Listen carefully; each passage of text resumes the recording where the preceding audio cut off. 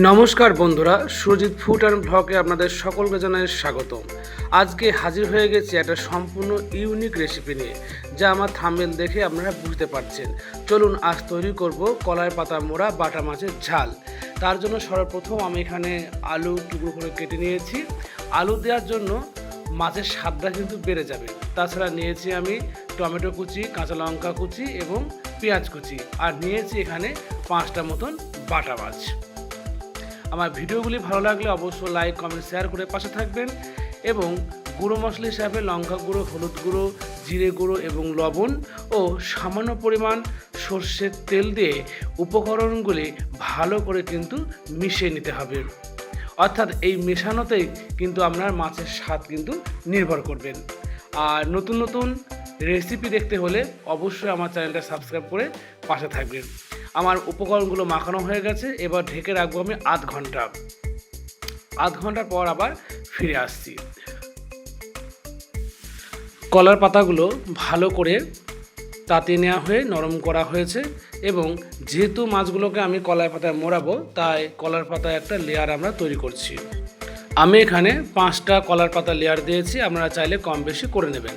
তারপর মেখে রাখা মাছগুলো কলার পাতাতে দিয়ে ওপর থেকে আবারও একটু সর্ষে তেল ছড়িয়ে দেবেন। এটা সম্পূর্ণ অপশনাল। তেল ছড়ানোর পর আমরা ওপর থেকে আবার কলার পাতা দিয়ে দেব। এখানেও আমি 4-5টা স্তর কিন্তু করে নিয়েছি, অর্থাৎ কলার পাতা বেশি দিলে কিন্তু মাছগুলো কড়াইয়ের নিচে লেগে যাবে না। যাই হোক, আমি এইভাবে কলার পাতাগুলোকে ভালো করে বেঁধে নিচ্ছি। তবে এখানে খুব সাবধানে কিন্তু বাঁধতে হবে, বেশি চাপ দিয়ে বাঁধা যাবে না, তাহলে কিন্তু কলার পাতাগুলো চিড়ে বা ফেটে যেতে পারে।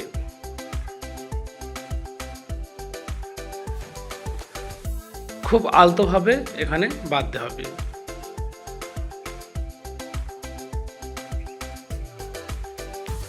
যাই হোক, আমি আমার মতো বেঁধে নিয়েছি। এবার হচ্ছে কড়াইয়ে ভাপ দেওয়ার পালা। যাই হোক, আমি কড়াইয়ে অল্প সর্ষের তেল গরম করে তার মধ্যে বাটা মাছ মোড়ানো কলার পাতাটা দিয়ে ঢেকে দেবো আমি 15 মিনিটের জন্য। মোট এখানে আধ ঘন্টার সময় লেগেছে, 15 মিনিট এপিট আর 15 মিনিট ওপিট। যাই হোক, আমার কলার পাতায় মোড়া বাটা মাছের ঝাল রেডি হয়ে গেছে। দেখুন, এবার সার্ভ করব। আপনারা বাড়িতে একবার হলেও এই রেসিপিটা কিন্তু করে দেখবেন, খুব ভালো লাগবে। যেভাবে আপনারা বিভিন্ন ধরনের পাতুরি খান, এইটা খেতে কিন্তু ভাত দিয়ে খুব সুন্দর টেস্টি লাগবে।